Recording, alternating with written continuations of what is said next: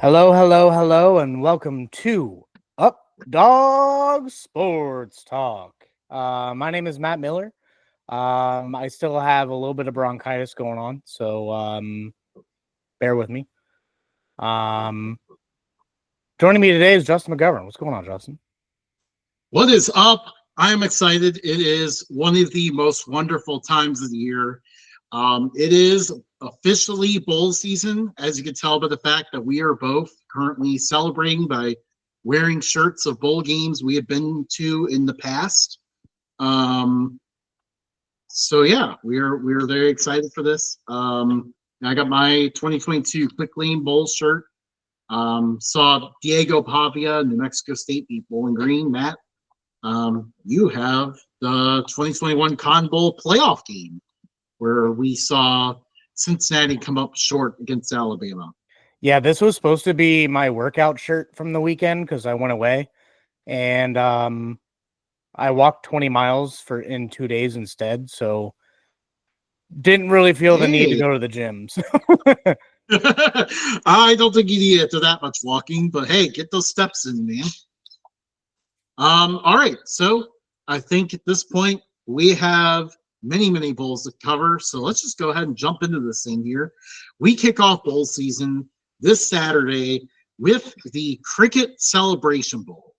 The Jackson State Tigers, who won the SWAC, take on the South Carolina State Bulldogs. Jackson State's 11-2. South Carolina State is 9-2.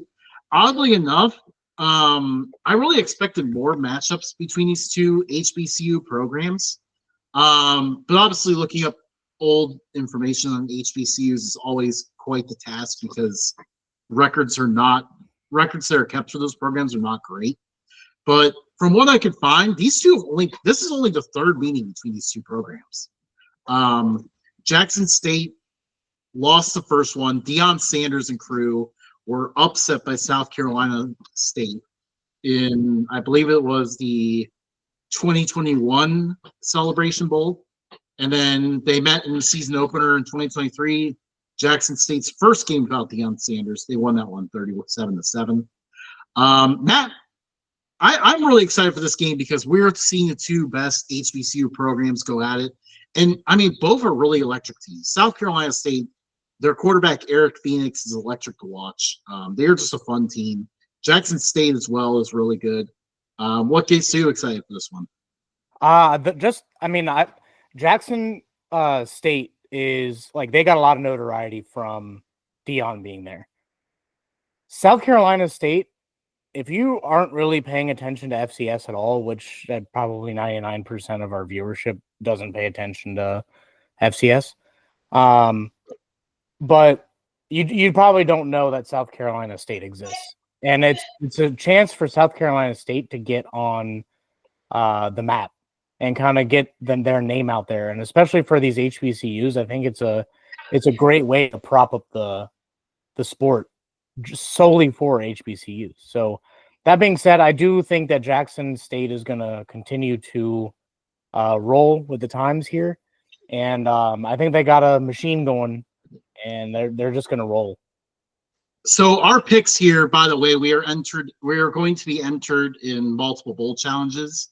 We'll be with our friends at Always Talking Ball podcast. We'll be entered in their challenge, as well as CFB Talk Daily.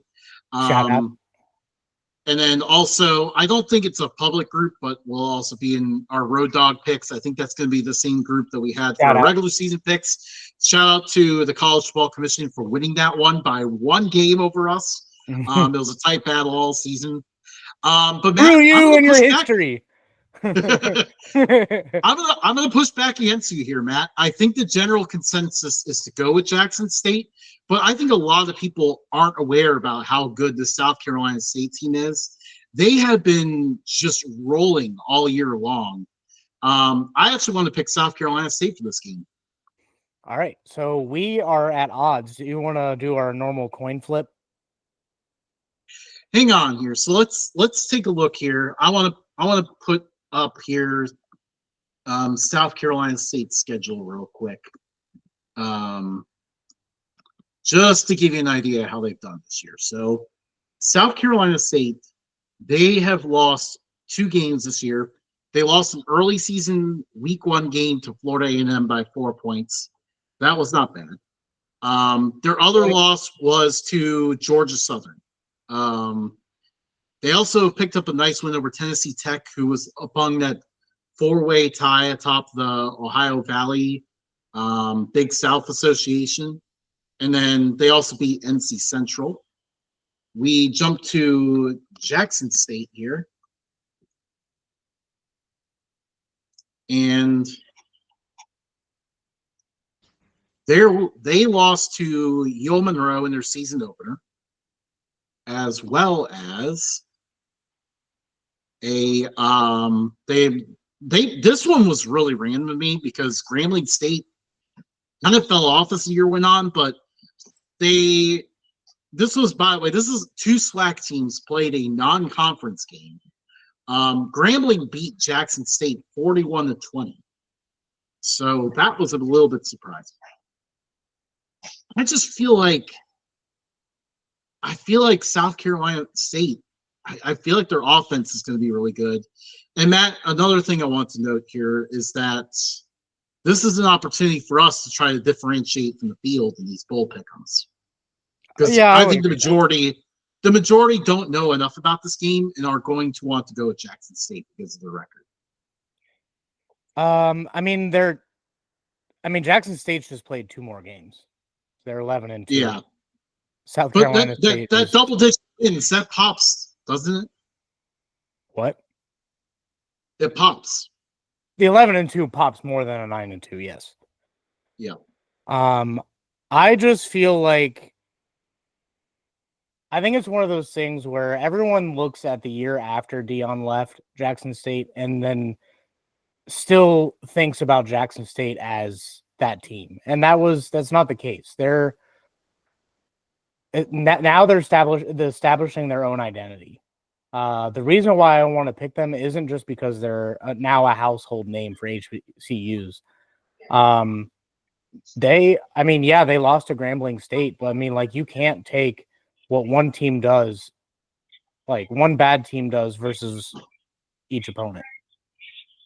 Like each game's played differently. You can't take those into consideration. And that was early in the season, so it wasn't really like they were still getting to the groove of things. So the reason why I want to take Jackson State is because I think they've rebounded from that loss. And I think South Carolina State, they don't have as much experience together. Jackson State has 2 more whole games in them. I know, but okay. And by the way, we're talking about 2 teams. Neither one of them has lost since mid-September. So they are on the winning streaks right now. I'm going to throw one last stat at you. And if you're not convinced, we'll do a coin toss. The MEAC is 6-2 in the Celebration Bowl. The MEAC has mostly owned this game. Yeah, but past performance doesn't always dictate future results. Yeah, it's cool to be MEAC this, MEAC that, but I don't know, man. I'm telling you, I just don't think there was deep enough competition this year in the MEAC. I think it was deeper in Southland? SWAC. I knew it was I knew it began with an S.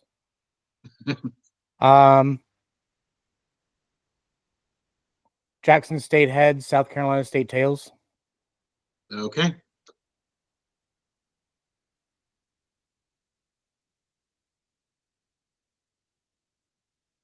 Heads. All right. If you don't believe me. State. All right. Our next bowl game, already a lot of debate here early on. Our next bowl game is the Salute to Veterans Bowl, South Alabama versus Western Michigan. I'm very excited for this one. It's one of our early bowls. 2 teams are trying to kind of figure out who they're going to be for future years, kind of building a little bit. This was year 1 for Major Applewhite. Year 2 for Western Michigan under their current coach. Western Michigan made some progress this year. Both teams are kind of up and down throughout the year. Western Michigan started strong, kind of faded down the stretch. South Alabama just kind of just bounced all over the place. Like they had some really good performances and really bad performances, so they're kind of all over the place. In terms of past matchups, these two have never played each other. That's pretty cool. So first time matchup here. This allows South Alabama to complete the directional Michigan trifecta, by the way. They played Eastern Michigan in their bowl game last year and did a home and home with Central Michigan last year and the year before. So in the last 3 years, South Alabama has managed to play all three directional Michigan teams. That's pretty cool. That being said, I have South Alabama. Go USA. I'm going to push back against you again.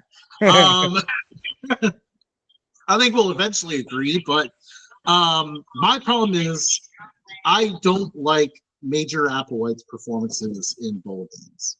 He is 0-3 as a coach in bowl games. His most recent bowl game was probably the last time a bowl performance actually got a coach fired. They lost 70-14 to Army in their bowl game when he was the head coach at Houston, and Houston immediately fired him after that game. It was that bad. I mean, 70-14. You look at that score and you already know that's bad. Their other bowl performances, they lost to San Diego State when he was the interim coach. This was the Houston team that beat Baker Mayfield, Oklahoma, to open the year, and then later in the year blew out Lamar Jackson, Louisville when they were on their tear. That is the same Houston team, and then they followed it up by losing to San Diego State in their bowl game. The following year, they lost to Fresno State in their bowl game, ending Fresno State's 6-game losing streak. So his bowl history is not great here. I actually kind of like Western Michigan in the upset because I feel like a lot of people are chalking South Alabama to win this one. I gotta say, both teams really aren't like that impressive. It could be like a really one of the best games featured by 6-6 opponents, or it's gonna be just an absolute snooze fest. I mean, yeah, it's going to be hard to predict what we're going to see out of this one. Western Michigan points for 353, points against 377. Where did they go? South Alabama 417 for 304 against. See, this is the challenge with strictly going on points for and points against here, because let's pull up South Alabama's schedule real quick, because when they play good, I mean, they have won like really big, and that kind of inflates those numbers a little bit. Like, they had a great performance against Southern Miss. They won by 21 in that game. They blew out UL Monroe. I think that's like 46-17. Blew out Appalachian State 48-14. But then, they had these other performances, like they lose at home to North Texas 52-38, lost to Ohio 27-7.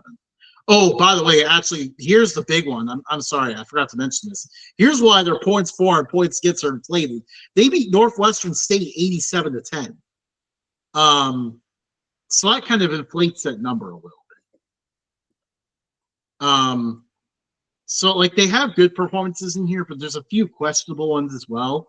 Like, if you can keep their offense from getting things going, usually you can hang around in this game. Yeah, but I mean,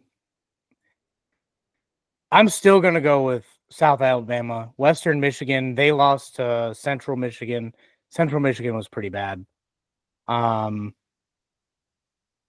yeah, coin flip again. See if I can do that here instead, because I'm getting low on battery. Tails.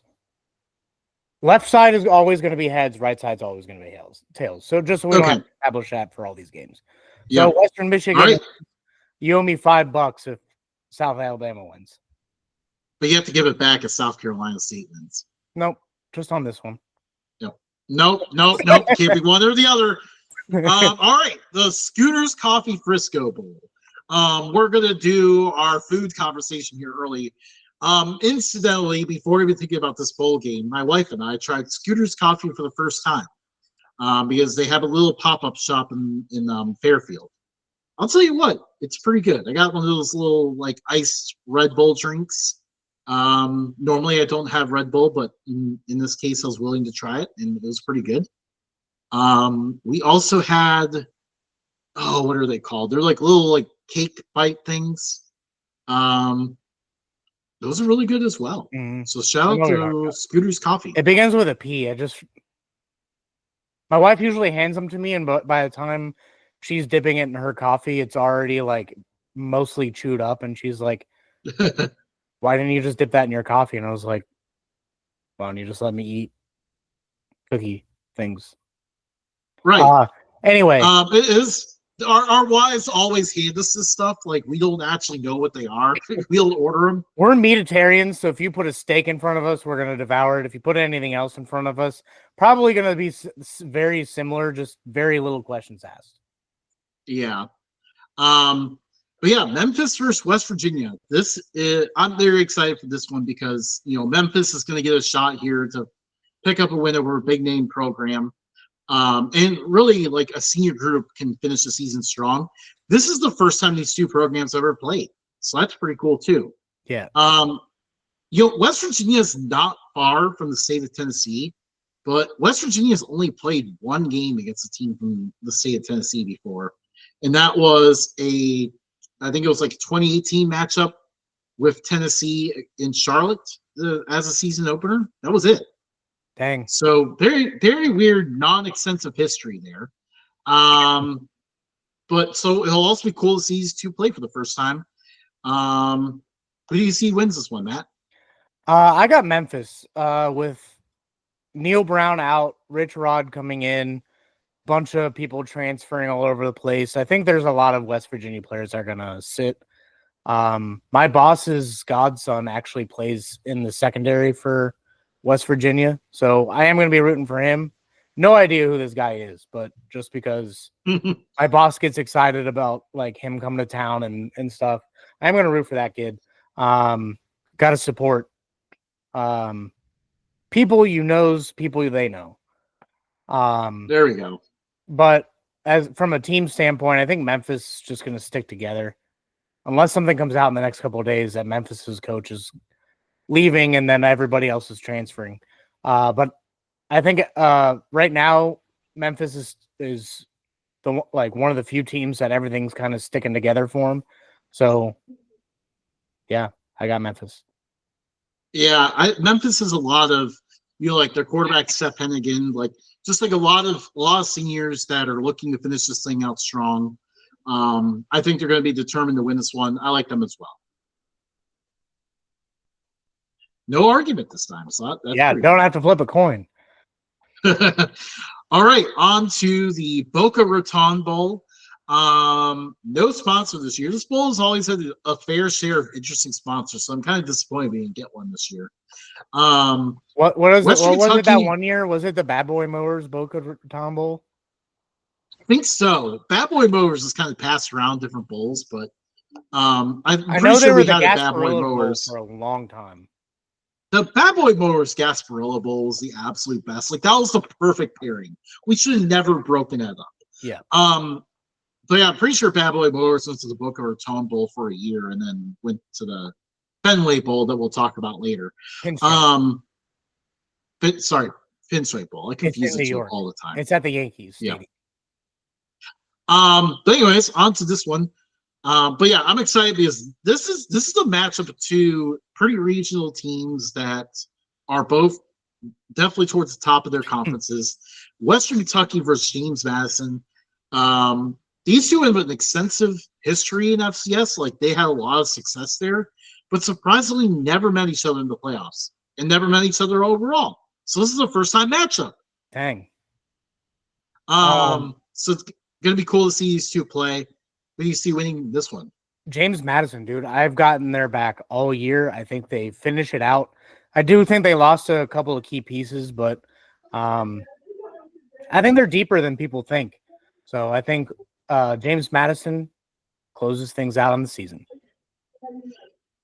I've been thinking about Western Kentucky in this one just because Tyson Helton has a really good record in bowl games. I think he's 4-1, and Western Kentucky seems to get superpowers in the Boca Raton Bowl. They have been in this bowl twice before and won both times in blowouts. Western Kentucky has never scored less than 51 points in this bowl game. The one challenge is Caden Veltkamp, their quarterback, has hit the portal, but he hit the portal last year and still played in the bowl game. So it's possible he might play in it again. So I am going to interrupt you, and I will say past performance does not dictate future success. So personally, I don't care what their record is in the bowl game. How does this year's team look against this year's James Madison? But see, Matt, this is where you're making a mistake. This is where you're making a mistake because bowl games are a very unique circumstance. You know, there's some players going out, players going in, you know, all that kind of stuff that we don't know what to expect. So when you look at a bowl game, you need to look at how coaches prepare for it. Which ones are good at preparing for it? Which ones aren't? And that's why I note these records, because lots of times coaches that tend to succeed in bowl games, programs that succeed in bowl games, tend to keep that going year over year. Yeah, but this is one hill I won't die on. No, before we get too far into that, I will say in the end, I don't like how Western Kentucky's offense stalled down last month. I'm still with you on James Madison, but you know, just playing devil's advocate here, bringing up the point on the other side. We have a time limit, sir. Western Kentucky, though, I think their defense has been consistent, but I don't think it's been overly that great. They just been consistent. Like that's the thing that keeps them in games is consistency. Yeah, and it is kind of hard to tell with their defense because, like, you know, like week to week, you know, 1 week they held Jacksonville State to 17 points. The next week, Jacksonville State put 52 on them in the back-to-back championship matchups. But obviously, you know, how much was Rich Rod holding back and all that is always a question. But we can move on to the Art of Sport LA Bowl hosted by Gronk. What a mouthful that is. Yeah. I think this is the perfect matchup for the perfect bowl. Yes. I mean, this is just a beautiful matchup. There's one. Oh, no. We lost Justin for a second. But what I'm going to say is Cal versus UNLV just is fantastic. I mean, yeah, Cal's up the coast a little bit. UNLV's inland. But it almost seems like them being right there, just traveling down to LA. I can't think of like a much better actual non-playoff bowl game. Yeah, I mean, like these two are, you know, neighboring states. In this location, like I feel like it's pretty close to like equal distance between both programs. I mean, it's just a wonderful matchup. These two programs have surprisingly only played one time ever. They played recently, actually, in 2022. Cal held on to beat UNLV 20-14. UNLV had the ball at the Cal 8-yard line with a chance to win it, but Cal stopped them. I don't think that's going to happen this year. I think UNLV takes this one. UNLV is just a squad, dude. This one's so hard to deal with because UNLV's coach, he's gone now. He's off to Purdue. We have not heard anything about anyone hitting the portal, but I am concerned that we will start to see that. It kind of depends on who UNLV hires. I think they should promote their offensive coordinator. I think that'll be a good move, but we'll have to see what they do. Cal, meanwhile, we just had the announcement today that their quarterback is transferring out. So will he play in a bowl game? Hard to tell. I feel like Cal's backup, Rogers. He's a bit more of a runner, but he's pretty good himself. I think I'm inclined to agree with you here. We can go with UNLV in this one. I was about to yell at you and say any team that loses to Florida State deserves to not get picked in their bowl game. This is true. Cal is the only FBS team to lose to Florida State this year. How did that happen? I really don't know. On to the Arnell Carriers New Orleans Bowl. We got Georgia Southern versus Sam Houston. Two programs that are looking just really strong, having great seasons. These are definitely two of the better teams, one of the better teams in the Conference USA, one of the better teams in the Sun Belt. So this is going to be a pretty cool matchup. Also, a first-time matchup. You could also call this game the Willie Fritz Bowl. He had his impact at both programs. Now the head coach of Houston, but yeah, this is going to be really interesting. Georgia Southern, all indications are that everyone's going for them. We've seen a few Sam Houston accounts that we follow each other, and they have indicated that everyone is going to play for Sam Houston despite them losing their coach. So that team is very determined to finish this season, this special season, with 10 wins. Who do you think wins this one? I need a monologue first. UNLV losing their coach, big news, but I think the fact that their team has so much talent that their offense coordinator can get it done. I don't think it's the same for Sam Houston State. I don't think they're as deep. So if you take the coach out of the equation, I think at that point you just have some other guy running a different person's playbook, and I don't think it's going to work out very well. Georgia Southern has a little bit more oomph to their offense, but their defense gives up some big plays, whereas Sam Houston's defense kind of stops them. And I don't know. I think the different, like, had Sam Houston's coach stayed, I would have gone with Sam Houston. But since he left, I got to go with Georgia Southern. Nope, I'm going to push back and go Sam Houston in this one. Also, I know you hate this, but Clay Helton has been terrible in bowl games. Last year, especially, they got blown out by Ohio. The year before, they lost surprisingly to Buffalo. Everyone thought Georgia Southern was going to win that one. They ended up losing to Buffalo. Obviously back at USC, we don't have to dive too much into there, but that was also bad. I don't think he takes these games very seriously. No, I honestly don't. But at the same time, last year's Ohio team was actually really good, like really underrated. I know, but they had a ton of opt-outs. Their quarterback opted out because he went to Indiana. Their running back opted out. Half of their defense opted out, and they still kicked their butts.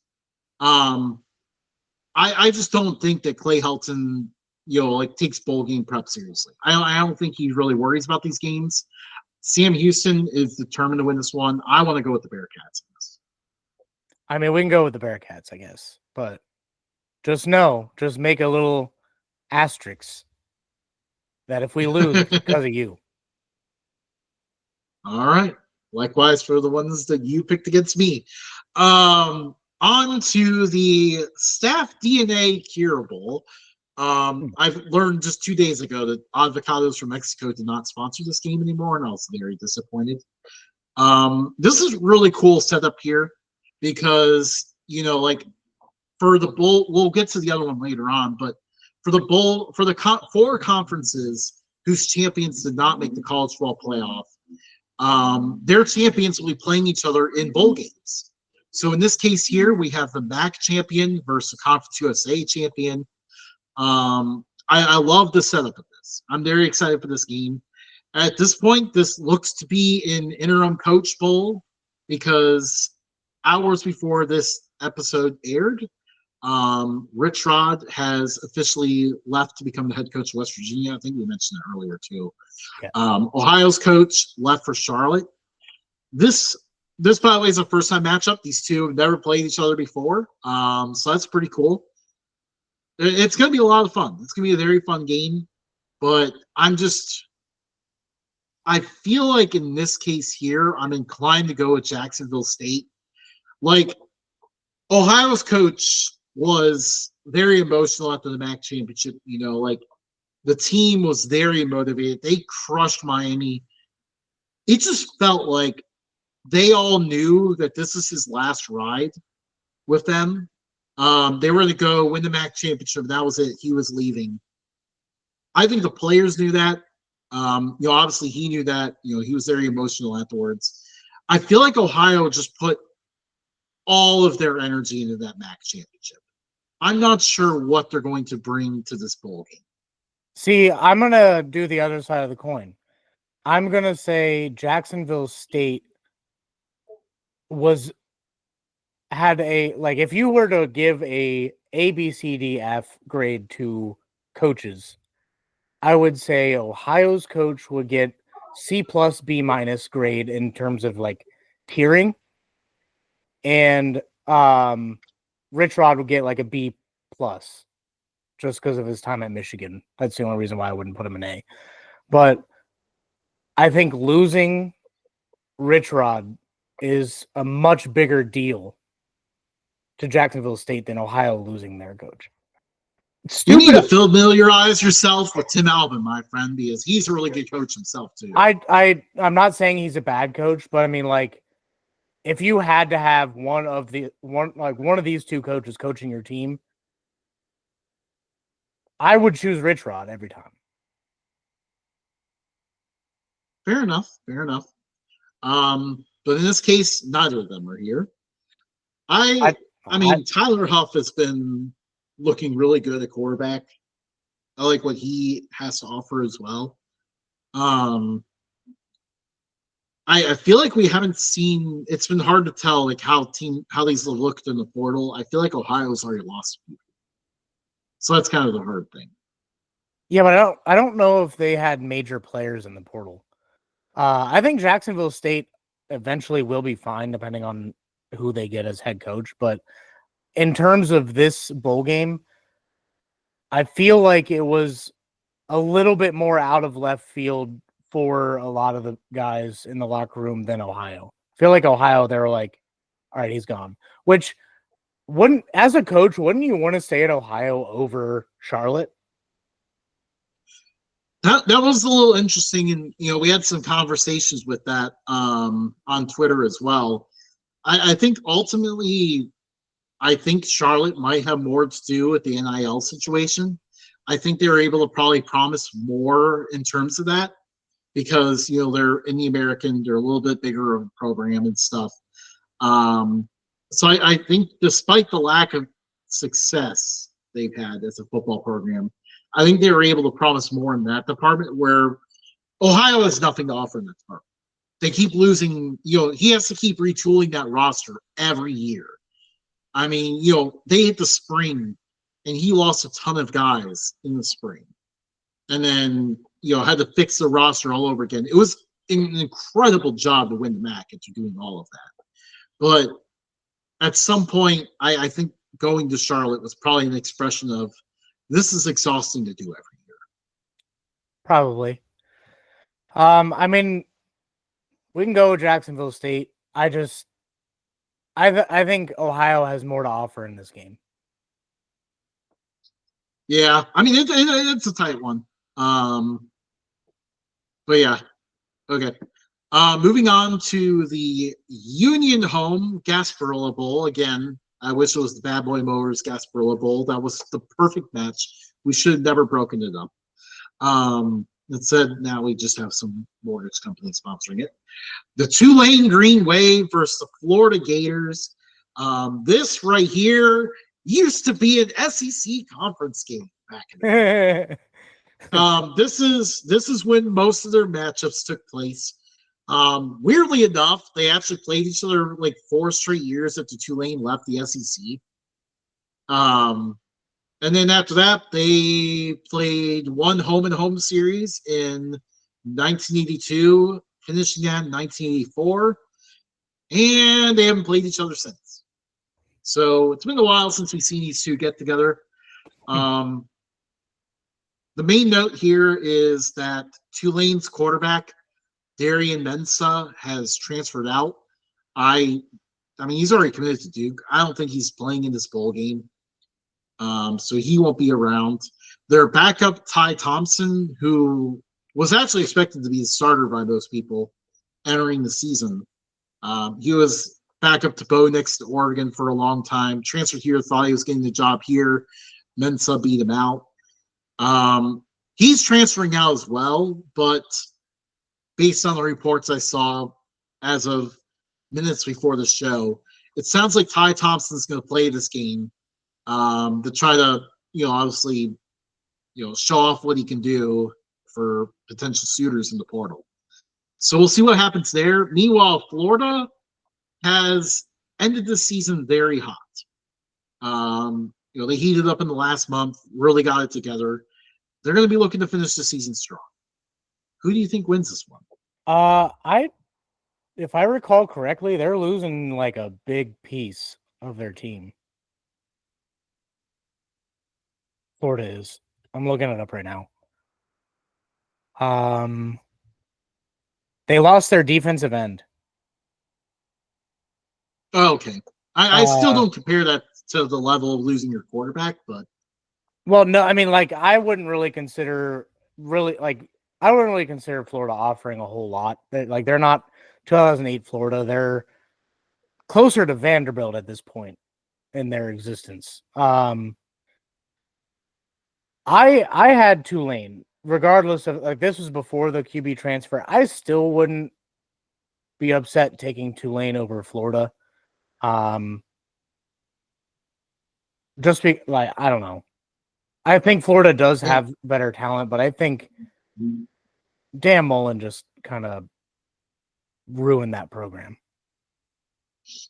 Yeah, but it kind of does feel like Billy Napier might be beginning to find something here. I meant Billy Napier. Florida. They've had a bad string of coaches. They all kind of run together. Florida ended the season winning their last 3 games. Tulane has lost their last 2. So that's kind of where, like the quarterback leaving, all of that, and then losing the last 2 games kind of gives me pause on picking Tulane. Several Florida receivers hit the transfer portal. So I think that's what I saw earlier. I hope you're right, but we can pick Tulane. All right. Fine with that. On to our first round college football playoff games on campus sites. It will be electric. Notre Dame versus Indiana. These are 2 in-state programs, and this is their first matchup since 1991. They have never played in our entire lives, Matt. That's even then they have played 29 times overall. That 1991 matchup was the only one of those 29 games that happened more recently than 1958. 1958 and earlier was all the other 28 games. Jeez. How the hell does this happen? Notre Dame schedules 12 games a year. They have so many games they can schedule. Indiana has 4 of them most of the time. Now they're down to 3, but still. How do you not play each other? I think it was more of a Notre Dame really wanted to play Purdue. Well, they probably had to choose between the 2. And then Purdue was just like, yeah, we'll play you. And then that just happens to always be the week that Indiana could be like, yeah, we'll play you. But Purdue has priority. Honestly, whoever wins this game, I would love to see win the college football playoff. Obviously, it'll be a lot. I love Notre Dame. I love Marcus Freeman. I've been a long-time Notre Dame fan. If Notre Dame won, that will be like the 9th happiest day of my life. Before you give up the golden goose, okay, you were going into why. Okay, I'm making sure you're not going to dive into your picks. So I want to go over some stats first. If Indiana wins, first of all, that would kill the mantra that they're a basketball school. I'm a huge fan of Kirk Cinetti. And I really started liking Indiana when they brought out those chrome helmets like 10 years ago. Before that, they were just like meh. They're always like the Rutgers or Maryland, like the bottom dwellers of Big Ten football. That like the bottom dwellers were like the worst among college football in general. To see Indiana in here is like seeing Cincinnati. It's just like you guys have made it. Like that's like my thought. What was seeing them under the playoff logo? Like you guys have made it. It's now go get it. Cincinnati couldn't get it. Go get it. Yeah, I mean it's absolutely incredible. Like before the season, Indiana had never even won more than 9 games. And 9 games hadn't happened that often. Yeah. Another thing we mentioned 1991 matchup. 1991 was also the last time that Indiana has even won a bowl game. So it's been a long road for them. This game is very much a battle of strengths. Notre Dame's run offense is their strength, but at the same time, Indiana's run defense has been shutting down opposing run games all year. On the other side, Indiana's primary method of moving the ball has been through the air, but Notre Dame's pass defense has been very, very good. I think now we can kind of dive into the picks here. Ultimately, what it comes down to for me is Indiana's ability to handle the blitz. They have not been great at that. I think Al Golden is going to be able to draw up some blitzes and kind of keep Indiana's offense out of a rhythm. If they're not in the rhythm, it gets kind of ugly a little bit on the offensive side of the ball. I think that's going to be enough for Notre Dame to be able to find a way to win. Yeah, I have Notre Dame in this one, not just because I'm a huge fan, but I just think they have an elite defense, and I think it's hard to mess with an elite defense. Yeah. And I love Indiana, but I also think that Notre Dame is deeper at the quarterback position. If Riley Leonard is playing like trash, they're at this point, it's like win or get out kind of thing. So I wouldn't be surprised if Leonard couldn't get the ball going through the air that they put Angeli in. He's got one more year, I think, at that point, 1 or 2 more years, I think. But at that point, you know what you have going into next season. Angeli played really well in the bowl game last year. So all that together, I don't think there was many opt-outs or there's no opt-outs, but I don't think there's many transfers. No, yeah, this is the playoffs, so no one's opting out of this. Raymond probably already addressed the team and was like, "Hey guys, I'm not going to Chicago Bears. I'm staying right here." Right. I got Notre Dame here, but like I said, whoever wins this game, I hope wins it all. On to our next playoff game, we have SMU at Penn State. Did you even pick that in that game, or did you just defer to my judgment? No, I led off by saying I like Notre Dame to win. Okay, yeah, I was looking up stats for a second. Go ahead. But yeah, SMU and Penn State. SMU probably got a little bit of a break here that this is going to be the early game. So no night game for Penn State. I feel like Penn State's home stadium is a lot more intimidating at night than it is during the day. Oh, 100%. So that definitely helps SMU. Night atmospheres out there. It's going to be very interesting to see how SMU handles the cold. How does Penn State handle SMU speed? How does SMU do trying to stop Tyler Warren? Trying to stop him from catching the ball. SMU's pass defense has been a big weakness of theirs. They haven't, they've been inclined to blow some coverages here and there. I don't think Penn State wants Drew Aller to be handling everything, but SMU's run defense is pretty good. So they're going to put pressure on Aller to perform. It's predicted to be 38 degrees. I know we're like 10 days away. But... So it'll be cold. SMU needs to play clean football. We did not see that in the ACC championship. They tried to dig themselves a hole so quickly in that game with constant turnovers, special teams mistakes, you name it. Can they play clean ball here? That is going to be the question. I I have Penn State. I really want to see SMU win, but I think the fact that it's in Penn State, it's cold weather. Penn State's been playing pretty decent. I mean, they started coming back against Oregon. Oregon was just like, nah, you can do what you want. Yeah, I struggle to pick against the home teams here. I know it's tough because all 4 home games are in legendary venues that like they're staples of the sport. Yeah. This is really cool. This is really cool to see. Yeah, I think we have to go with the home team here on this one. On to, oh yeah, by the way, oops, I forgot to mention previous matchups. They have played twice.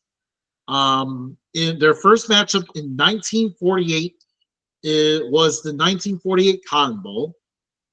This was also known as the first interracial bowl game. So shout out to that. It ended in a 13-13 tie.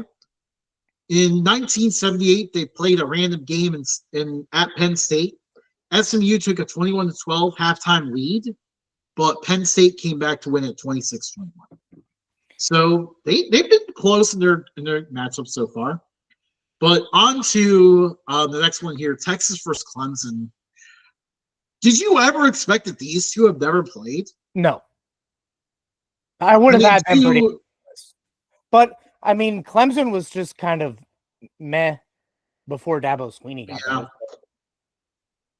To a certain extent, but I mean, in general, like 2 big name programs, it's also weird because like it feels like Clemson has played Oklahoma like a lot lately. Like I feel like they played Oklahoma like at least like 3 times in like the last decade, but somehow none of those times they ever managed to play Texas until now.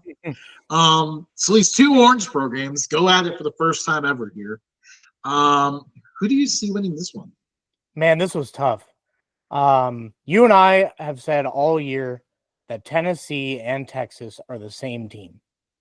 Like very similar and like they're very beatable. Let's just say that. But Clemson has not impressed either one of us all season. So it's like I feel like if there was an upset, this could be the game where just Dabo Swinney is just like experience. And then Clemson just wins randomly. But if Quinn Ewers can get that mullet mentality back, I think Texas can pull it out. Honestly, I'm just going to take the home team here and just go with Texas. It's so difficult because I actually think Clemson can hang around in this one because, Texas's offense has honestly been objectively terrible. They can't really move the ball very well. They aren't really great at finishing drives. Quinn Ewers has cost this team with a costly turnover in, I think it's been at least like the last maybe 3 games now, something like that. I might be wrong about when the Arkansas game was, but like he has cost this team. He's put opposing teams in scoring position consistently. That is the key for Clemson to stay in this because the strength of Texas has been their defense. Their defense has been locking down everything. The best way to move the ball against them is running it. Clemson's kind of okay running the ball. They're not quite as dynamic running it as they were last year. It's kind of a weird Clemson team because, like, there's really nothing that pops out about them. But, yeah, I got Texas winning this one as well. So we'll go forward with them. And then Ohio State and Tennessee. These two are close together, and this is only their second matchup ever. They played in 1996. Sophomore quarterback Peyton Manning, I think you may have heard of that guy before, hit some big plays to lead Tennessee to a 20-14 win in the Sugar Bowl. Still, this is so long ago that While Ohio State was once again choking against Michigan in the final game of the year, they choked against Michigan to allow Northwestern to win the conference. So that's how long ago that was. Northwestern won the Big Ten that year. In this matchup here, I'm very curious to see how this one goes. Yeah, I want to see. This isn't my pick. This is just thoughts, real quick. I want to see Tennessee win just because of everything I've had to hear from Ohio State fans since the final seconds of that game, of the game. Not senators. A representative from Northwestern Ohio wants to make it a felony to plant flags at the center of Ohio Stadium. Only Ohio Stadium. Anywhere else in Ohio, apparently that's perfectly fine. That's ridiculous. Yeah. We may touch on that later depending on time, but like I've had to hear Ohio State fans screaming for firing Ryan Day.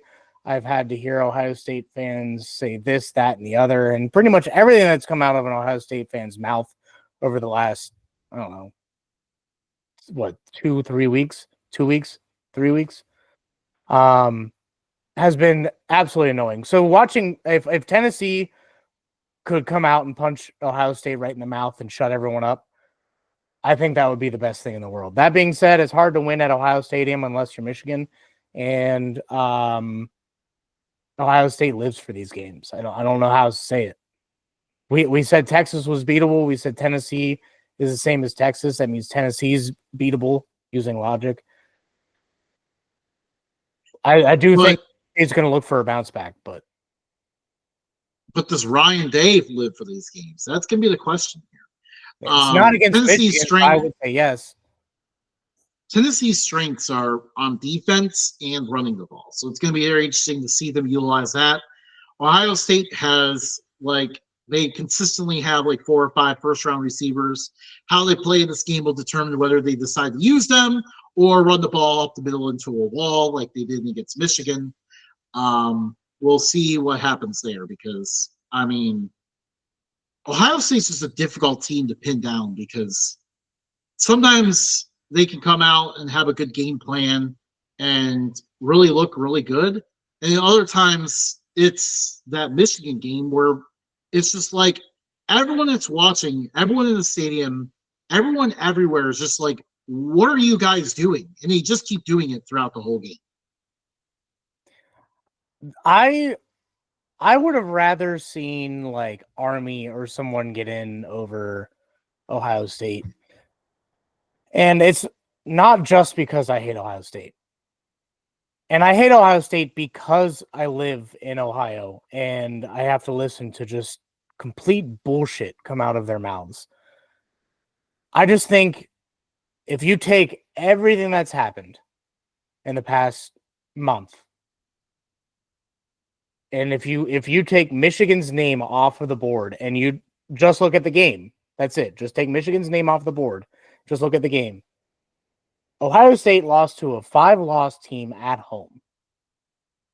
That's bad. As their most recent game. Why on earth would I want to put a team that lost to a 5-loss team at home in the playoffs? Why would I want to do that? I understand every game before that, they played really well. They almost beat Oregon. If they had beat Oregon, we wouldn't be having this conversation. But the fact that your most recent game was to a 5-loss team at home, you do have to take that into account, people. Yeah. Okay. Who are we picking here? Ohio State. Okay. On to the Myrtle Beach Bowl. Coastal Carolina and UTSA. Some of our favorite teams facing off here. This is a first-time matchup. They've never played Battle before. of the Birds. The Battle of the Birds. You're right. This one is going to be pretty interesting because it is at Coastal Carolina, basically. This is a Coastal Carolina home game. UTSA this year, 6-0 at home, 0-6 on the road. That makes me want to go Coastal Carolina in this I would agree with that. I didn't really have a whole lot prepared, but I just think watching like the eye test is a thing, and that's how I determined Ohio State was going to beat Tennessee. The eye test tells me Coastal Carolina just has it together more so than UTSA does. Yeah, although UTSA did end the season strong, so who knows? We could be wrong, but just strictly off that record, I want to go Coastal Carolina.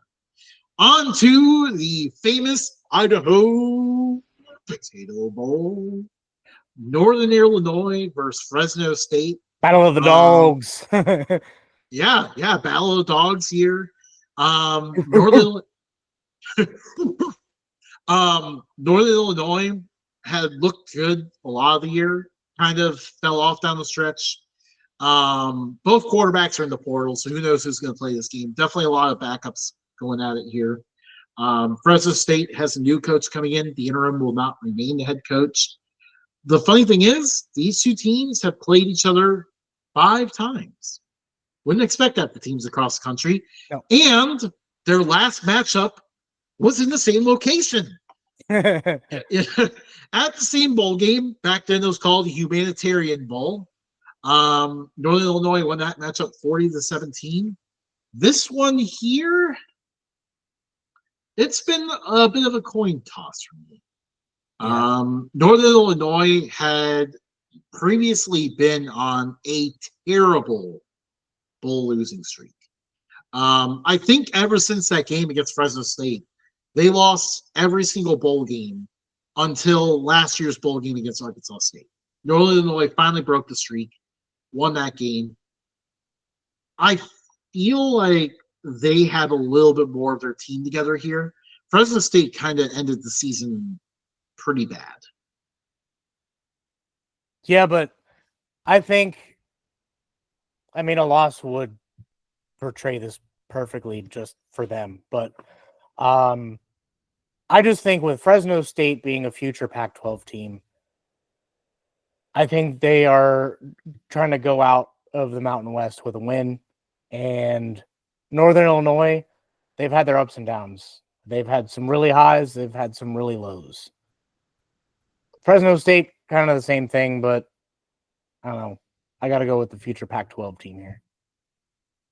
All right, then let's refer to a coin toss. Heads, Northern Illinois. All right. On to the Hawaii Bowl. South Florida versus San Jose State. This is going to be a lot of fun on Christmas Eve. 2 very interesting offenses, even though Byron Brown for South Florida has not played since early in the year. He's been out most of the time. San Jose State's offense has been a lot of fun to watch this year. It's still weird seeing a Ken Niumatalolo team pass the ball all over the place, but that's what's going on. This is only the second time these two teams have played. They played in 2017 in San Jose, interestingly enough. South Florida won that one 42-22. That's kind of interesting. I've not done my write-up for this bowl matchup yet. I'm doing bowl articles as well, which will kind of dive deeper in the previous meetings. I'm going to have to find out why they only played one game in San Jose and never played in Tampa. It's kind of weird to not do a return game. Maybe it's upcoming, but that's kind of an interesting one that's kind of popping out. In terms of the actual matchup, it's going to be interesting to see both teams on a different time zone here. I think Ken Niumatalolo's familiarity with Hawaii gives San Jose State a little leg up here. Plus, they ended the season pretty hot.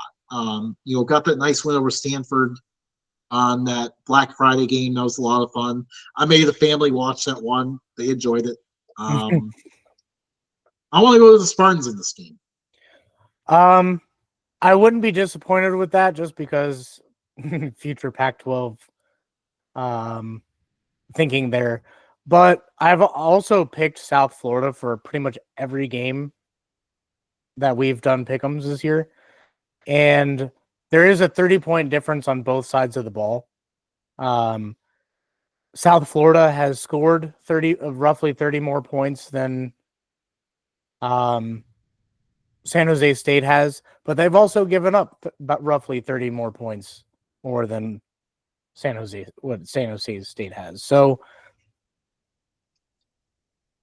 I mean, I want to pick the Bulls, but for sake of argument, we can just flip the coin.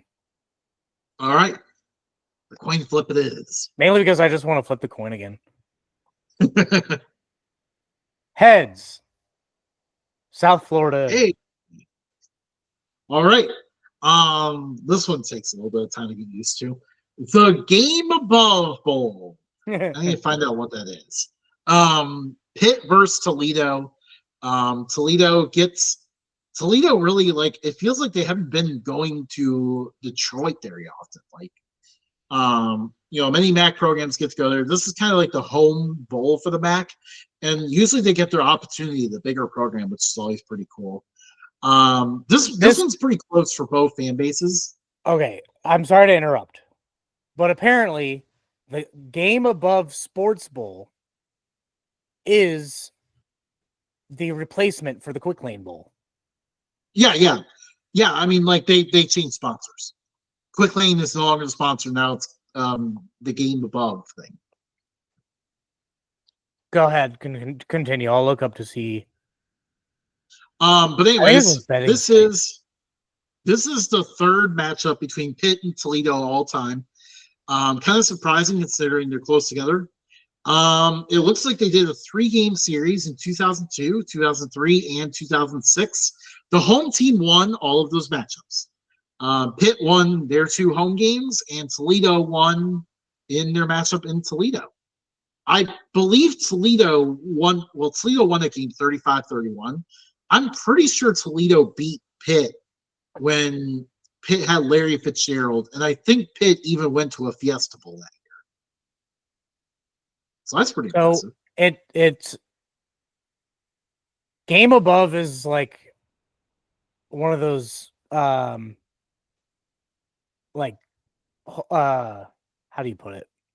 Basically, their website says is a successful, multifaceted brand that includes charitable giving, capital investments, sports entertainment, and media ventures. So they're one of those companies that you don't know exactly what they do. They invest a lot, but then down here it says the Game Above Entertainment is a sports film production and fancier that delivers cinematic storytelling that captivates global audiences. I'll look more into it for my article on that one. This is all on their website, but it's one of those where it's like, still, with everything I read, I understand it, but it's like, what? Why are you sponsoring a bowl game? Why don't you just work in conjunction with BlackRock and take over the world without telling anyone what you do? Pitt started the season 7-0 and has lost their last 5 games. So there's that as well. Who do you want to go with in this one? I picked Toledo last time. I watched Toledo. They have moments. They're streaky, but they're in-game streaky, not like season totality streaky. They can go on a run where you're like, okay, if you keep this going, this is great. But the big if in that sentence. Pitt, on the other hand, this is one of those matchups where you're like, I just don't want to pick just because both teams are telling me that this is going to be a bad game. But I do want to watch it because it's probably going to be a train wreck. Yeah, like, it's hard to tell what to expect from Toledo at this point. They had a rough game their last time out against Akron. Like, everything went wrong for them in that game. But that being said, you never know. They could turn it around here. Who do you want? I don't know. Let's just go with Pitt. All right, that's fine. I wouldn't be mad if Toledo won. And I do like that their department reached out to us through email and asked us for a survey. I did put in there that they need to host like small time podcasts for their tailgating. like have like tailgate row and then put like a couple of podcasts there to like just liven up the whole experience, like make it like media row for Super Bowl kind of thing. I think that would make like each game is really fun to go to. If you're ever in Northwest Ohio and you get the chance to go to a Toledo game, not a bad experience. Just don't go there in like a rivalry game when you're on the other side. Like we went there as Bowling Green fans, probably not the smartest thing to do. But it was very funny though, because like we were in the Toledo section and we were orange in the front row. It was great. But no one like really messed with us. No one really said anything. We weren't really being like really mean about it either. Yeah. We would golf clap for things that happened, but really watched it as a podcast show. We were there to respect it. Yeah. Okay, so I think we got a few mismatches coming up and games that we're in the homer on, so we can kind of go no huddle offense here a little bit. The Rate Bowl, it's no longer guaranteed.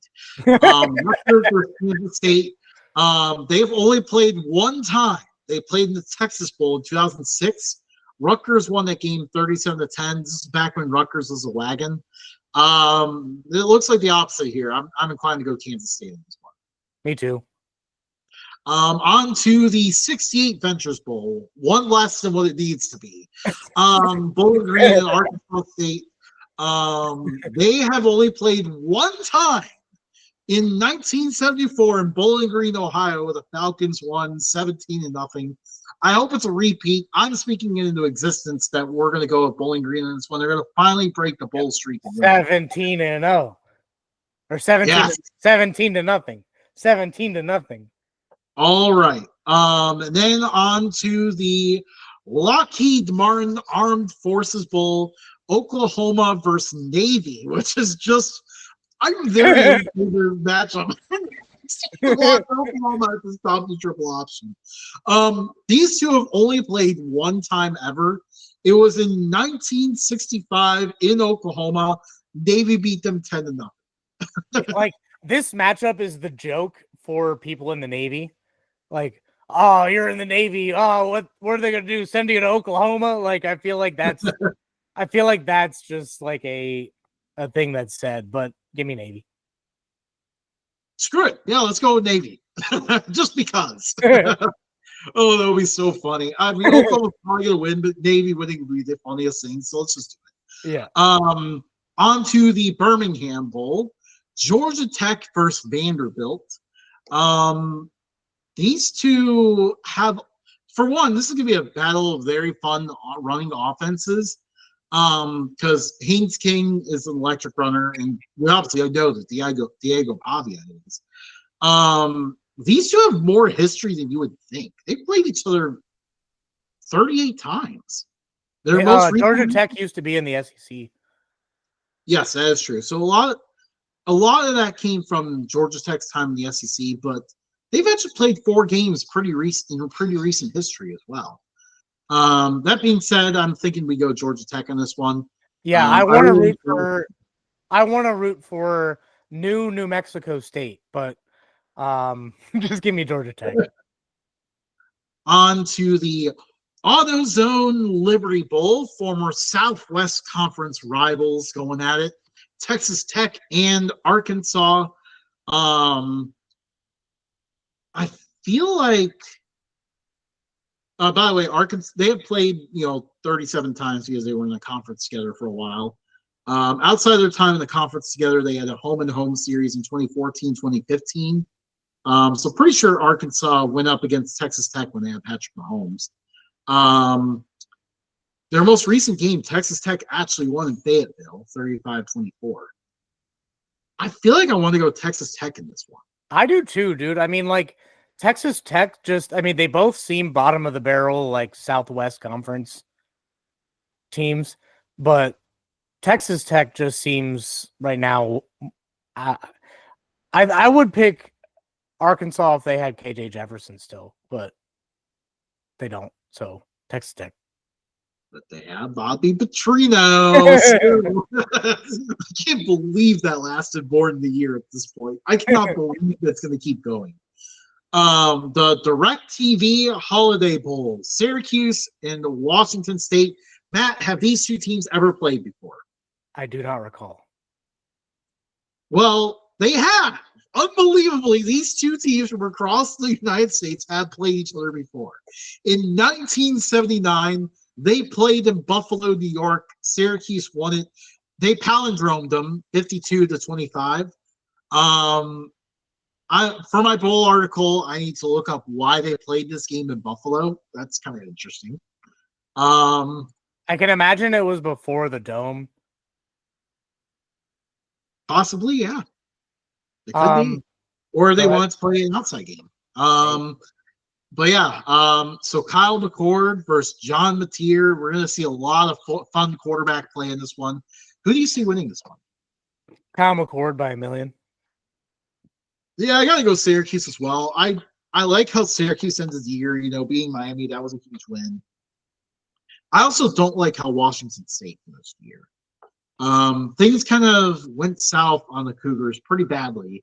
They started the season 8-1. They were actually, they probably wouldn't have been, but they were a near playoff contender. And then just up and lost their last 3 games. Washington State kind of collapsed a little bit. So, yeah, I'm going to ride the hot hand here with Syracuse as well. The SRS Distribution Las Vegas Bowl, Texas A&M and USC. These teams have played 3 times. 2 of the 3 games were in bowl games. Their most recent game was the 1977 Blue Bonnet Bowl.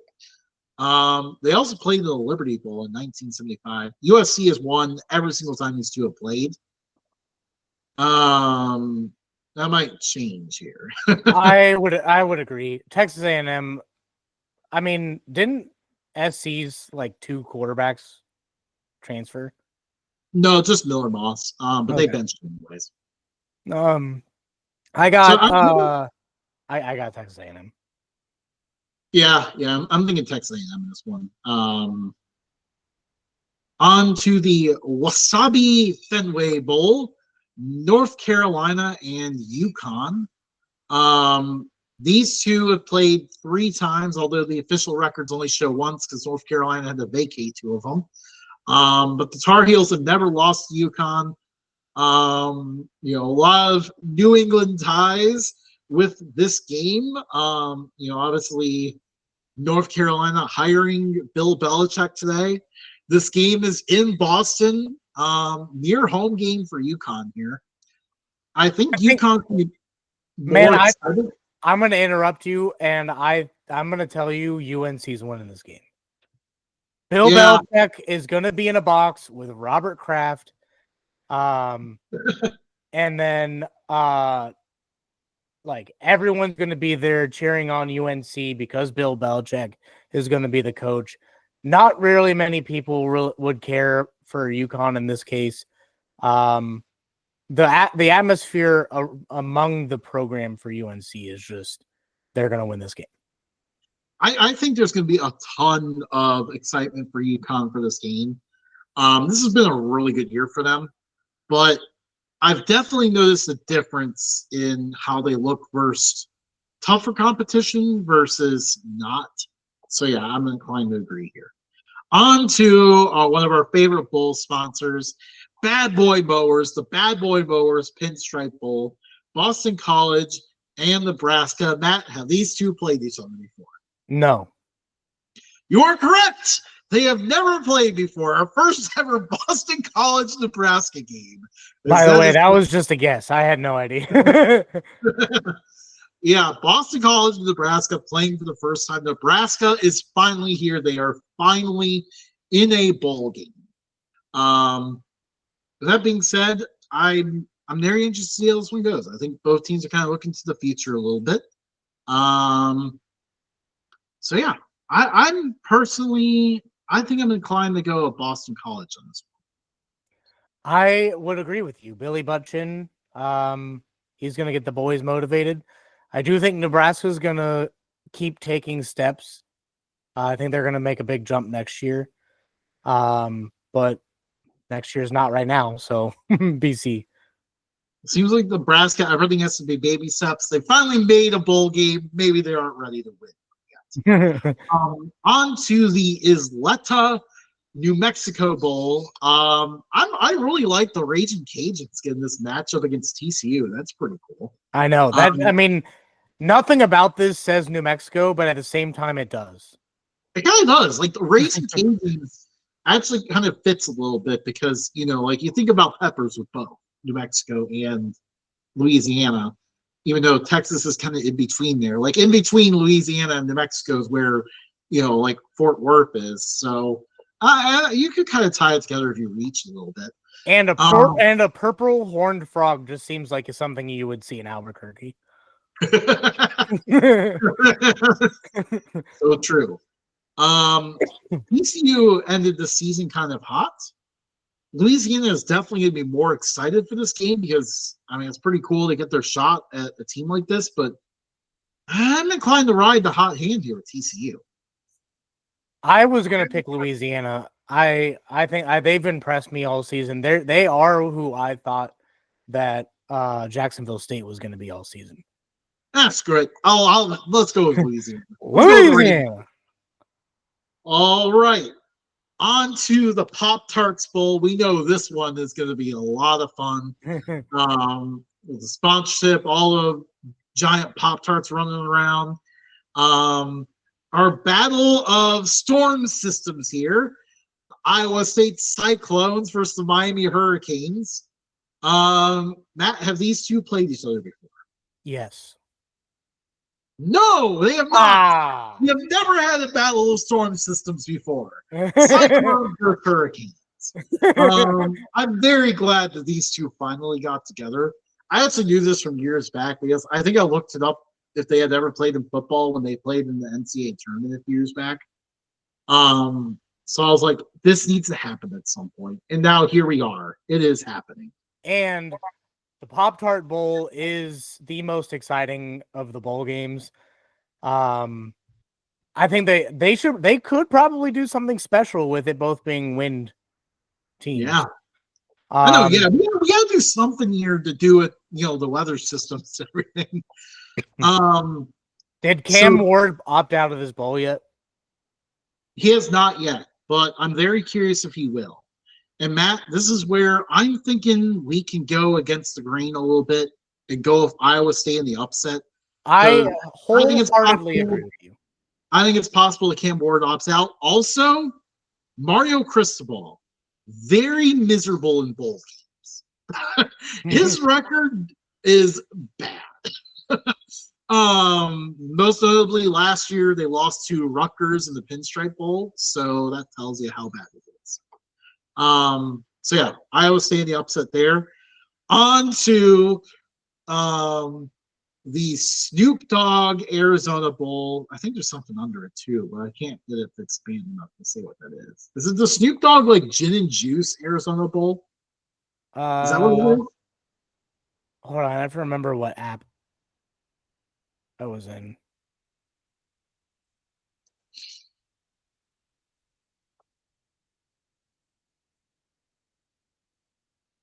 Screw it.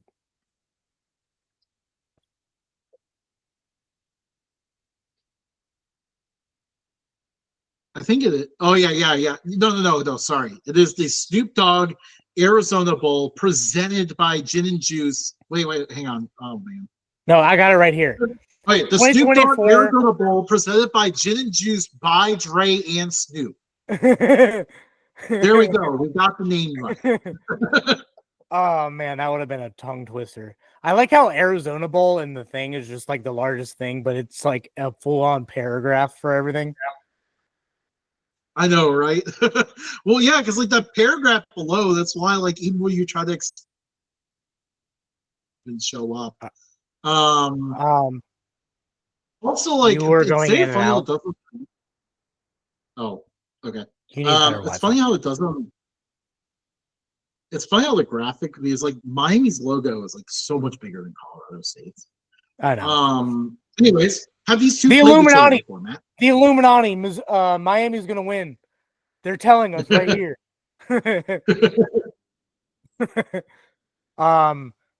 That being said, I want to go with Colorado State in this one. I think their offense is just a little bit better. You never answered my quiz question. Have they played each other? No. Yes, they have played 2 times. They did a home and home series in 2003. Ben Roethlisberger and Miami rolled into Fort Collins and won. And then for some reason, the return trip was 7 years later in 2010. So that's kind of funny. But yeah, Miami's won both games. But I think I like the idea here of Colorado State. I'm willing to go with you on this. Then the Go Bowling Military Bowl. East Carolina and NC State. We're going to get 2 in-state teams together here. Love seeing this matchup. I was very excited for this one from the beginning.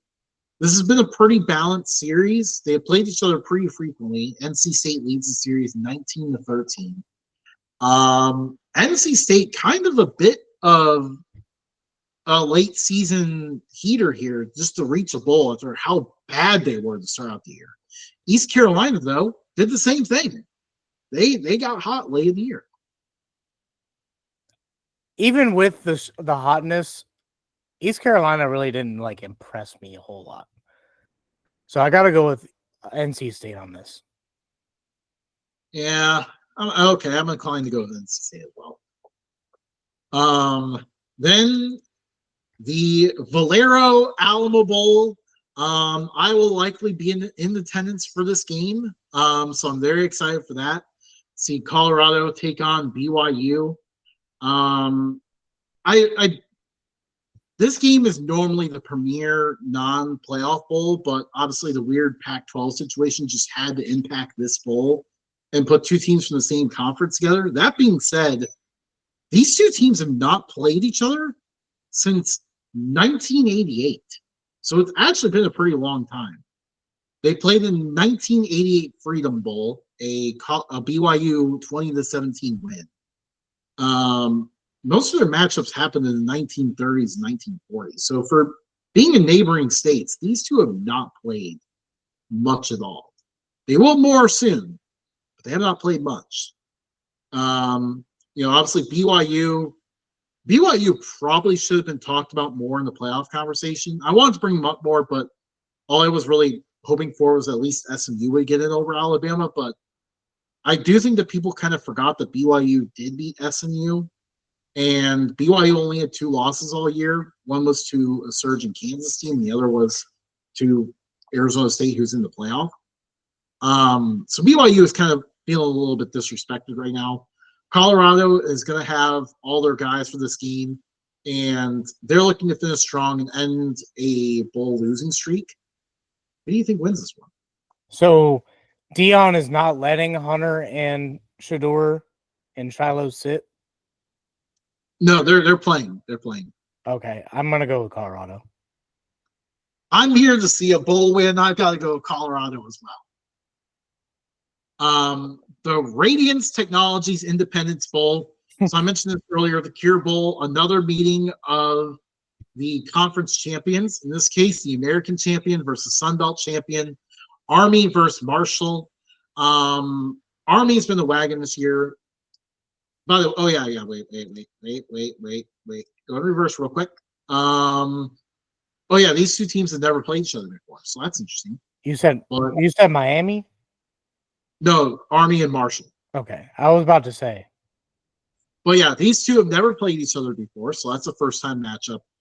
That being said, Army is already a wagon, so Marshall's already up against it. But I haven't seen a lot of stuff about Marshall players transferring out. Obviously Marshall had the interesting situation where their coach didn't have a contract. It kind of feels like their players don't like how the administration handled this situation. They came out really motivated to prove a point so they can win the Sun Belt, put all their energy in that game. And I think a lot of guys are going to ultimately transfer out before this game happens. While Army, there's no transfer portal. There's no NIL, none of that. These guys are in it to finish the season, and we know how Army shows up in bowl games. They're going to show up and play. Gotta go with Army in this one. I agree. Not much said about that, except for maybe this game could have been the Cincinnati Chili Bowl. I know, right? And also, why didn't you invite Bryson Daly to the Heisman ceremony? Damn it! Yeah. The Trans Perfect Music City Bowl, Iowa and Missouri. These two teams have played each other 13 times, but that is because from 1982 to 1910, they consistently played each other all the time and then basically stopped. They did not play each other for 100 years. Dang. And then played the 2010 Insight Bowl, where Missouri had control of the game, and then Blaine Gabbert, while being talked about as a top 5 pick for no reason, threw a pick 6 to lose the game. Okay, to be fair, I would say Blaine Gabbert would have been a better quarterback in the NFL had he not gone to Tennessee. He played for like Jaguars. It was the other way around. To Jacksonville. Jacksonville was I was never a fan of him. I didn't as an NFL quarterback. I think he was a good college quarterback, but I did not see him as a fit in the NFL. By the way, that shows you how long Brett Gabbert's been here because his brother's playing in a bowl game this year. This game happened 14 years ago that we're talking about. Anyways, for this matchup, Missouri and Iowa really have not been high on Missouri all year. But this is also Iowa away from home, which hasn't been good to them either. I am inclined to say Mizzou because the one like silver lining for Iowa was that they finally had a quarterback that could pass instead of a quarterback that could only hand the ball off. Granted, there's a lot of people that are going to tell me that I'm wrong on that, but because he didn't play terribly well, but I don't know. Well, Iowa is also going through definitely Mizzou quite a few injuries right now too at the quarterback position. I mean, there was like one game where they were down like a 5th string guy who played practice squad linebacker for a bit or something like that. So their quarterback situation's gotten dicey. Alabama, Michigan. This is a rematch of last year's playoff game, but this time it's in the Reliant Cliffs Bowl. I mean, Michigan is a shot to do the funniest thing here. If Michigan won this game, it would be very hilarious. But Alabama will probably win. I mean, yeah. I wouldn't bet on this game for Michigan to win. But I mean, if we were just doing picks, I plan on putting a bet on each one of these separately because if I parlay, it's 100% not going to do it. No, not. But I'm going to say Alabama just because that's who I'm betting on. Yeah. By the way, these two have played 6 times. All 6 games are at neutral sites. Never played on the campus site. 5 of the 6 were bowl games. The only one that wasn't was when they met in the season opener in 2012 in Jerry World. So yeah. On to the Tony the Tiger Sun Bowl. Winner gets to throw frosted flakes everywhere. I just realized how small the Louisville logo is on this graphic. It's very small. Have these two played each other before, Matt? No. They have not. That was a pretty easy guess. This one, Louisville and Washington. I feel like these are two very loud, passionate fan bases that will have no idea about each other until this game. So that part's very fun. That being said, I think Louisville wins this one. I would agree. Washington, another one of those funny split teams, by the way. 6-0 at home, 0-6 away from home. But I mean, Washington just didn't impress me this season at all. They were like the one Pac-12 team that didn't play well. Very much only good at home, and then away from home, they look kind of like a mess. I think they also got screwed by Big Ten schedule. Well, yeah, of course, because obviously the Big Ten is just in general a stupid alignment right now. On to the Cheez-It Citrus Bowl. Have these two played each other, South Carolina and Illinois? Yes. No, they Damn have not. You would have thought this has been like an Outback Bowl or something in the past, but no, these two have not played each other. Two very overachieving teams in their conferences this year. Also South Carolina though ended the season pretty hot. Illinois just kind of went at the end of the year. Who do you think wins this one? South Carolina, dude. I mean, they're probably, what are they, 5-loss team? 7-5? No, they're 9-3. Oh, damn. They snuck in there at 9-3. Yeah, they finished the season very hot. Even their losses, I think, were not bad losses. Yeah, I mean, they hung in there with some teams. Their losses were generally pretty close. They got robbed by the refs in the game they should have won against LSU. That would have put them in the college football playoff had they not lost that game. Okay. Against Alabama, they recovered an onside kick, had a chance to win it, but threw a pick. And then they had the really bad effort against Ole Miss. Honestly, that Ole Miss game is kind of where I thought South Carolina's season was going to collapse because they kind of quit in that game, and then they came back and rallied. Gotta go with South Carolina in this one. Same. Illinois is ranked, but I don't really think they're that great. The Kinders, that's a great sponsor for the Texas Bowl.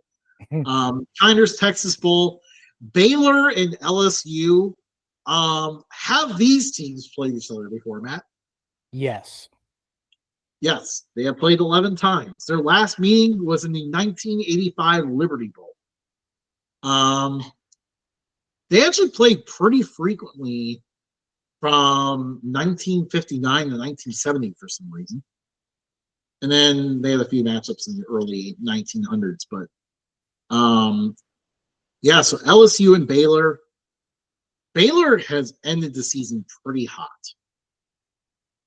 And, LSU's just kind of been all over the place. I'll tell you what. I want to go Baylor in this one. I'm perfectly fine with that. I picked LSU because I didn't see quietly what Baylor was doing. And I'm glad to pick against LSU because I don't think that they're that great of a team. Yeah. I mean, watch for Baylor's run offense in this game because obviously LSU's problem has been stopping on. We'll skip past the matchups that aren't set yet because we're not going to dive into games that may not happen. Just for the sake of time here. So we'll jump down to the Tax Slayer Gator Bowl. I stand corrected. Not Michigan. Duke could do the funniest thing here. Yeah. If Duke, after all that Lane Kiffin has spewed about the ACC, if Duke won this game, it would just be incredible. For our friends, it just means less ACC. I want this for them so bad. I want Duke to do this so bad. I was gonna pick Ole Miss, but I'm fine picking Duke, except for Murphy left. And... I mean, we're gonna pick Ole Miss. Don't get me wrong, but it would be so funny if Duke won this game. Yeah. On to the Serve Pro First Responder Bowl. We got a lovely in-state matchup here. North Texas versus Texas State. These two. Oh yeah, by the way, Duke and Ole Miss have never played each other. Forgot to mention that. My bad. Texas State and North Texas. These teams played each other a lot. Actually. They have played each other 36 times, but aren't they FCS like rivals? I think they were FCS rivals. That's why. So kind of cool to see these two back together again. They have not played since 1994.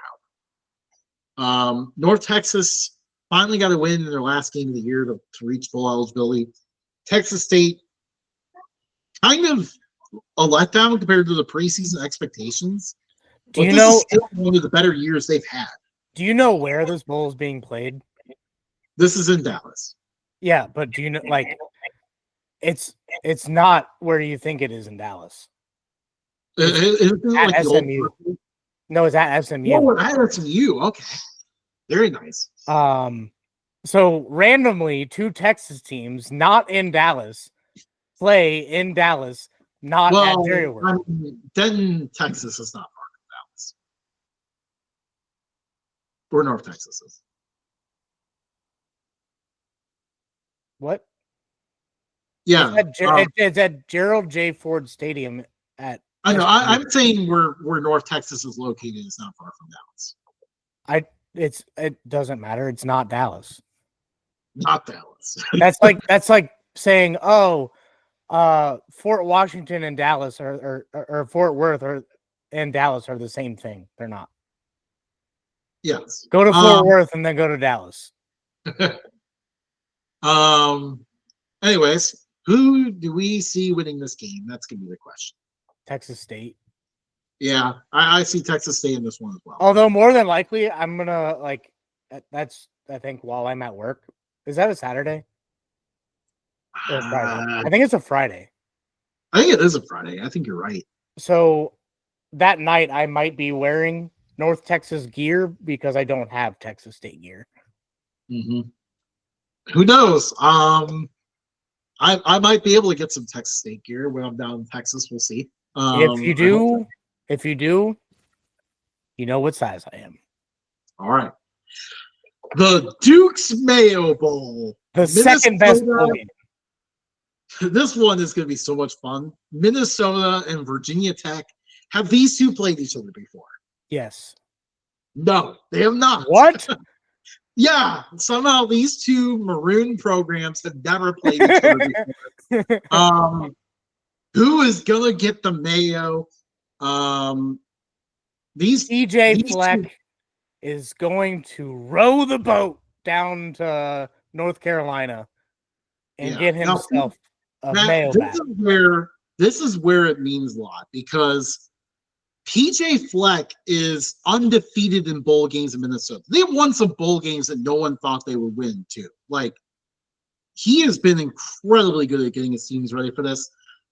So I agree. Row the boat. Minnesota's winning this one. And then our last bowl game that we're picking tonight. By the way, I absolutely love that we get this game right before the playoff semifinals. Weirdly enough, Saturday the 4th is like a generally pretty empty day. So then the Bahamas Bowl is like, oh, cool. We'll just slide in here and be the only call. Everyone else decided to take off somewhere else. So we'll jump in here. I would almost rather see like the teams playing on the 14th through the 19th. I would rather see those games like sprinkled. I know why it's not there like that, but like they're going to be missing exams at that point. You might as well have them miss the beginning of class instead. Yeah, I know. Honestly, I'm not a huge fan of the games being on the. I mean, I do love that we get bowl games this week, but at the same time, I don't like that it takes away from the Navy Army game. That game is special. I feel like that one has always deserved its own Saturday. It would have been nice if we had, we could have, maybe pushed the Celebration Bowl back. Maybe push it back a week. Well, it would have been tough in the playoff games, but find a date in there. Or maybe we can coexist the Army Navy game in the Celebration Bowl. Maybe keep those two together, but the Salute to Veterans Bowl, we could have moved that one maybe to the 5th or the 6th or something. Continue to extend out this bowl season. Anyways, the Buffalo Bulls take on Liberty. Have these two played before, Matt? No. They have. They played 3 times. In fact, they even played just last year. I guess, yeah. Anyway, oddly enough, they played 2 games at Liberty and then 1 in Buffalo. That's interesting. But so they played 3 times. Liberty has won all 3 matchups. I feel like generally the Bahamas Bowl tends to favor the non-MAC team. Buffalo had extremely high they had a bunch of highs and lows this season. But actually, apologies for flipping in the middle of the show here. There is one key matchup a different thing that we have to talk about now with this game. Keaton Salter, their Liberty's quarterback, has transferred out. He is likely opting out of it. I believe he has opted out of this game. Liberty has also seen 3 offensive linemen transfer out. 3 starting offensive linemen. That is going to be a problem because Buffalo's defense wreaks havoc. They have 2 of the best linebackers in the nation. Sean Dulac is the best linebacker in the nation. I cannot believe he did not. What was the linebacker award? The Lombardi Award? Am I correct in that? Yeah. I cannot believe he was not included in that finalist list because he has been a game wrecker this year. So these guys are actually going to be ready to prove a point. It kind of hit me as I was talking there early on that Liberty was missing those 3 linemen. I want to go Buffalo in this. I'm okay with that. I don't really have any arguments. Buffalo and then Liberty just doesn't have anyone. So because they lost their linemen and like it always comes down to trench play. And because of that, I'm going to say Buffalo as well. So I'm okay with that. All right. We'll do our predictions probably. We already got those. So we would have to do it next week. We'll probably include it in our NFL show next week. Yeah. We'll do a little segment in there.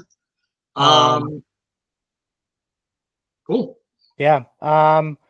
Food thing. I don't really have a food thing. Oh yeah. Sorry. I guess we kind of talked some of the food topic earlier with the Steelers coffee thing, but we'll go through here.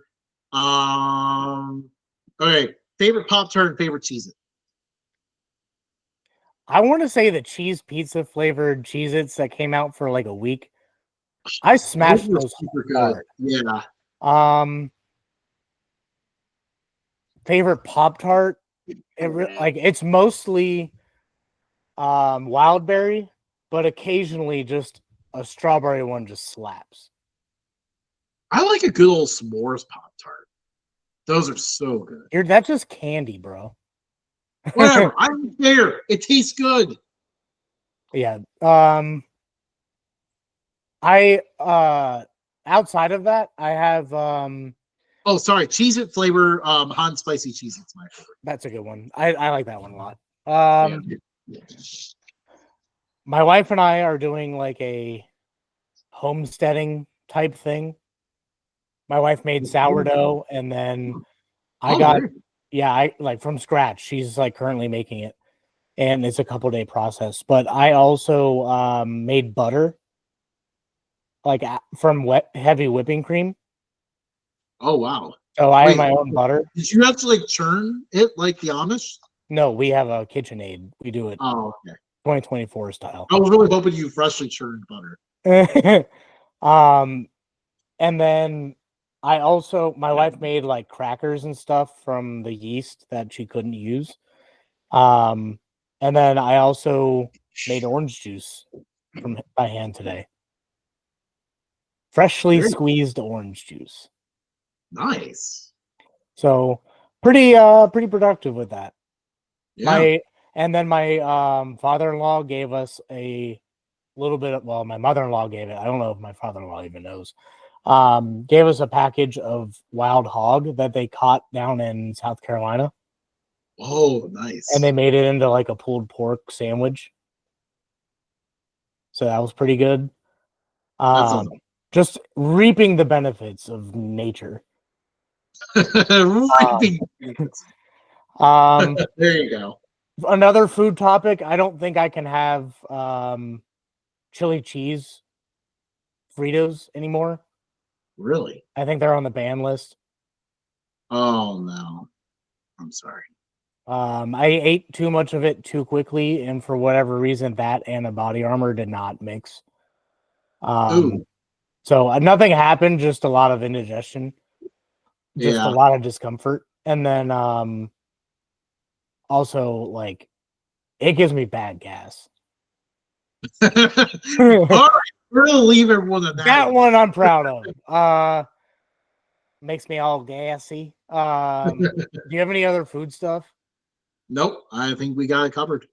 All right. Well, that is the show. Next week, we're going over, for the first time all season, an NFL video since our previews. We're close to playoff time, so it's time to get serious. Yeah, and there really wasn't like that big of storylines going on in the NFL, and it just seemed a little like ref interference of games. It just seems like maybe not to the point of like I'm saying that it's rigged or anything. Maybe it is, maybe it isn't. What I'm saying is that bad judgment by the refs swayed the games. So to me, it hasn't been interesting. So jumping back into it, I am a little excited to talk NFL again, but follow us at Updog Sports Talk on Twitter, Instagram, Facebook, Threads, TikTok. Oh, that still exists. Yeah. We're on everything at Updog Sports Talk. Find us. You can listen to us on Podbean, Spotify, Apple Podcasts, iHeartRadio. I'm gonna see if I can get it on Amazon Music. I need to look at their terms and conditions, but see if I can get it on there. And then cold close. See you guys. See ya.